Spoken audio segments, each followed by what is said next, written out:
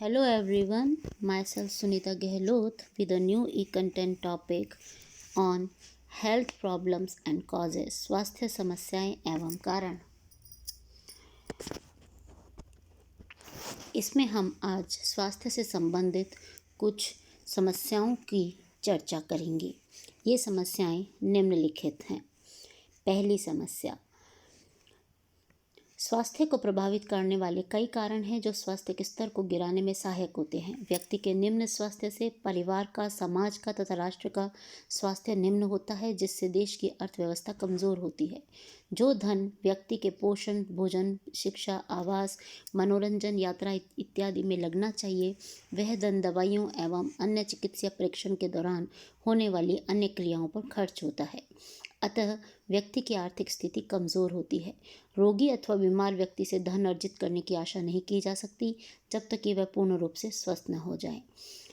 तो जो स्वास्थ्य की समस्याएं हैं वो एक तरह से हमारे देश के लिए, समाज के लिए और परिवार के लिए सही नहीं कही जा सकती।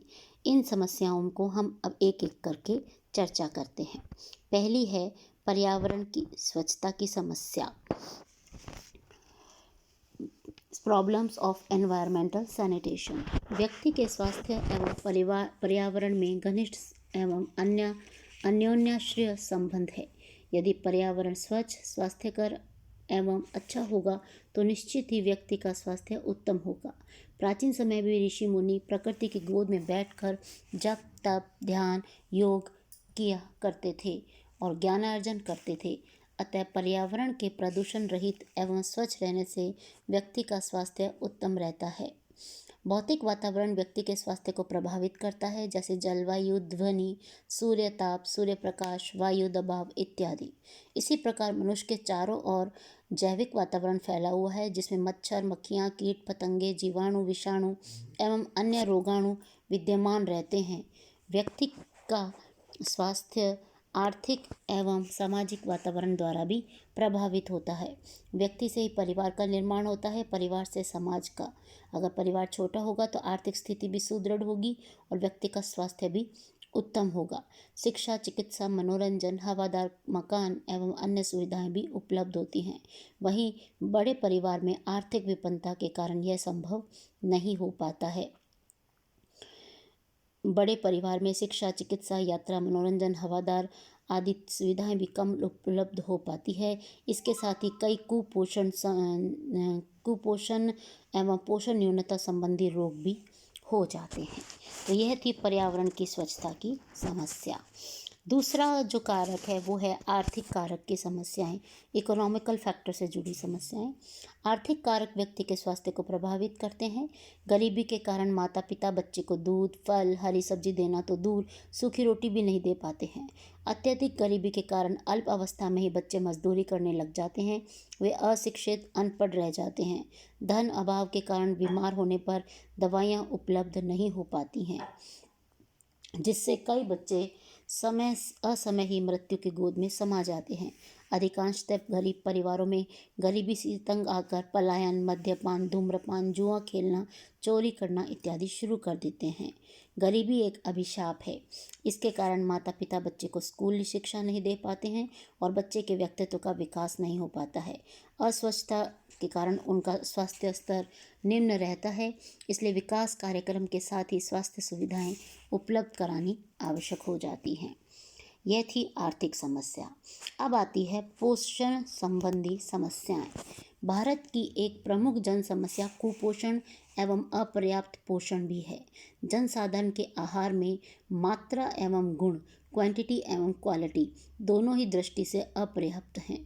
अपर्याप्त पोषण से अनेक पोषण न्यूनता संबंधी बीमारियों का जन्म होता है।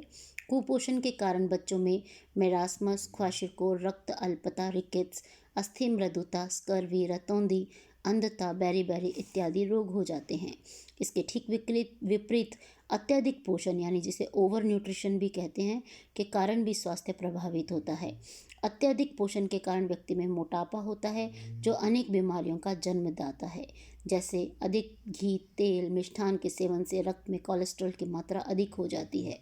हृदय रोग, रक्तचाप, चयापचय, रक्त धमनियों की रुकावट इत्यादि की अव्यवस्था हो जाती है।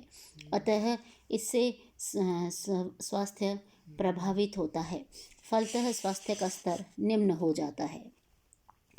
यह थी पोषण संबंधी समस्याएं। नेक्स्ट, सामाजिक कारक की समस्याएं। अच्छे एवं शिक्षित समाज अच्छे व्यक्तित्व के निर्माण में सहायक होते हैं। जब बच्चा जन्म लेता है तो उसका लालन पालन, शिक्षा दीक्षा का संपूर्ण भार परिवार एवं समाज पर ही होता है। अगर समाज पढ़ा लिखा और सुसंस्कृत होगा तो बालक में वही गुण ही प्रवाहित होंगे। इसके विपरीत अगर समाज रोगग्रस्त, कमज़ोर, बुरे कार्यों में लिप्त होगा तो बालक भी वैसा ही करने की चेष्टा करेगा, क्योंकि बालक अपने परिवार एवं आसपास के वातावरण से ही सीखता है एवं उन्हीं के अनुरूप कार्य करता है। अतः बच्चे के स्वास्थ्य के विकास में परिवार एवं समाज का महत्वपूर्ण योगदान है। नेक्स्ट समस्या जो आती है वो है जनसंख्या वृद्धि की समस्या। भारत की जनसंख्या बड़ी तीव्र गति से बढ़ रही है। आज़ादी के 50 वर्षों में अगर देखा जाए तो जनसंख्या में वृद्धि लगभग तिगुनी हो गई है। भारत की जनसंख्या प्रति वर्ष 2% बढ़ती जा रही है। अब यह वर्तमान में भारत की संख्या 1 अरब के पार पहुंच चुकी है। अगर बढ़ती जनसंख्या को रोकने का प्रयास नहीं किया गया तो इसका भयंकर दुष्परिणाम जनता को भोगना पड़ता है।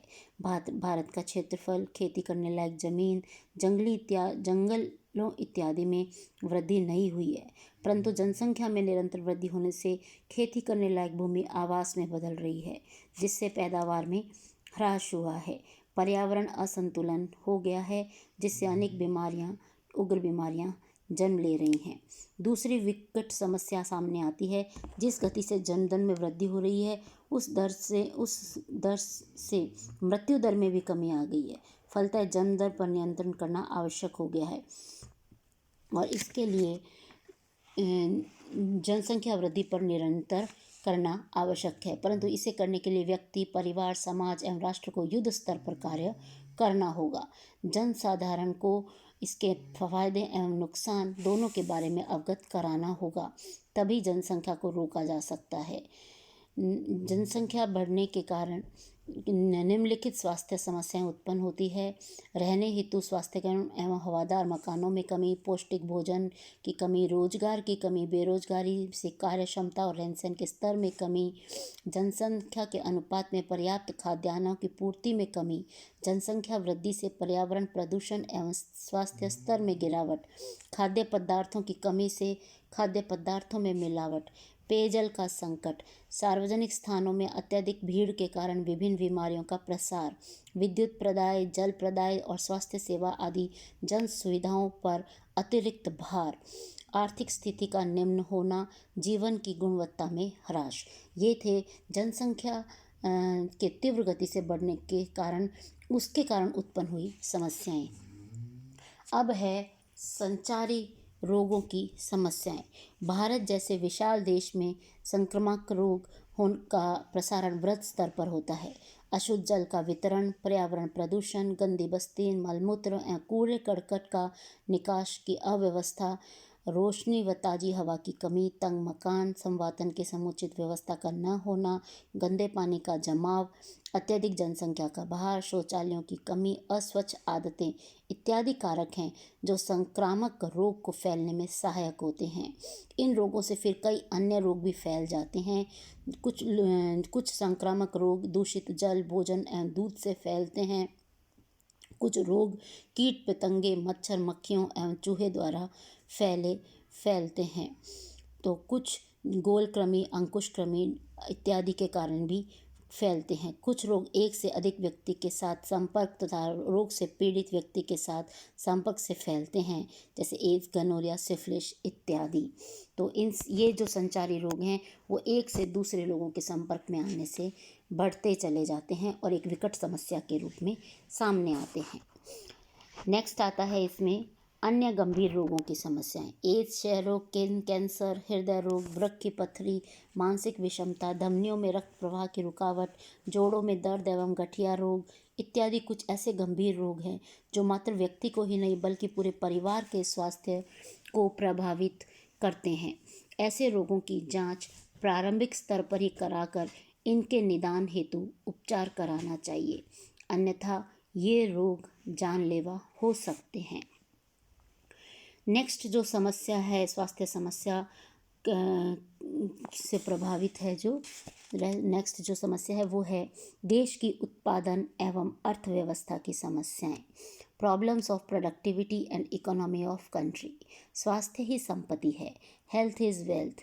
यह कथन किसी भी देश की उत्पादकता को भी प्रभावित करता है। अगर देशवासी का स्वास्थ्य उत्तम रहता है तो वह अधिक परिश्रम, मेहनत, कार्य एवं धनार्जन कर सकता है। ऐसा व्यक्ति घर के प्रत्येक सदस्य की आवश्यकताओं की पूर्ति कर सकता है और सुख सुविधाओं को जुटाकर परिवार का वातावरण सुखद एवं आनंदमय बना सकता है। परंतु अगर व्यक्ति के स्वास्थ्य का स्तर निम्न रहता है तो वह अधिक परिश्रम नहीं कर सकता तथा उसे हमेशा ही आर्थिक कठिनाइयों का सामना करना पड़ता है। ऐसा व्यक्ति अपनी आय का अधिक अंश भोजन, शिक्षा, मनोरंजन, यात्रा, वस्त्र, आवास पर न करके दवाइयों, अस्पतालों एवं उपकरणों पर खर्च करता है। ऐसा होने से देश की अर्थव्यवस्था गड़बड़ा सकती है और देश की अर्थव्यवस्था पर अतिरिक्त भार पड़ जाता है। फलतः देश की अर्थव्यवस्था अव्यवस्थित हो जाती है। रोगी व्यक्ति से अधिक कार्य की आशा नहीं की जा सकती। अतः देश की उत्पादन एवं अर्थव्यवस्था जो है उसको अगर सुदृढ़ बनाना है तो हमें जो देश के जो नागरिक हैं उनका स्वस्थ होना अति आवश्यक है। नेक्स्ट आता है जो स्वास्थ्य समस्या है वो है घटता जीवन मूल्य एवं जीवन स्तर की समस्याएं। Problems of decreasing life value and life standard.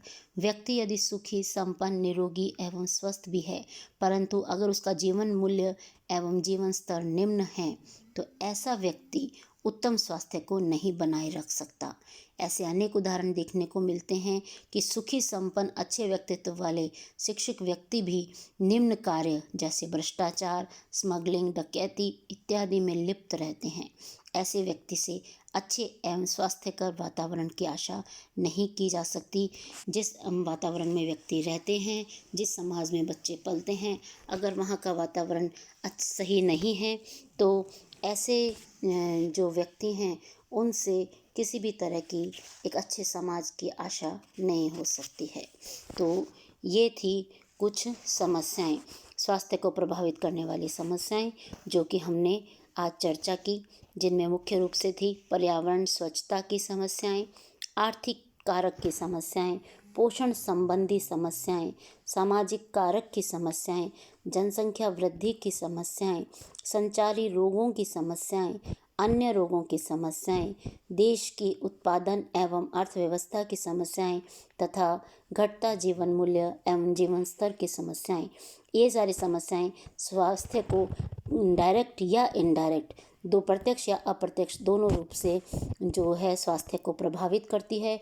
जब व्यक्ति का स्वास्थ्य प्रभावित होता है तो परिवार का जो स्तर है उसका जो स्वास्थ्य वातावरण है वो प्रभावित होता है।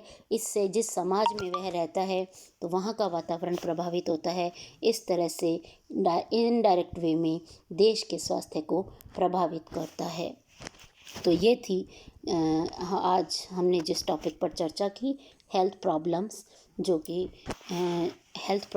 जो कि एक व्यक्ति और समाज को प्रभावित करती है। इसी के साथ ये टॉपिक यहीं पर समाप्त होता है। नेक्स्ट जो टॉपिक है उसमें हम सामुदायिक स्वास्थ्य के साथ ही सामुदायिक पोषण के ऊपर चर्चा करेंगे। तब तक के लिए धन्यवाद।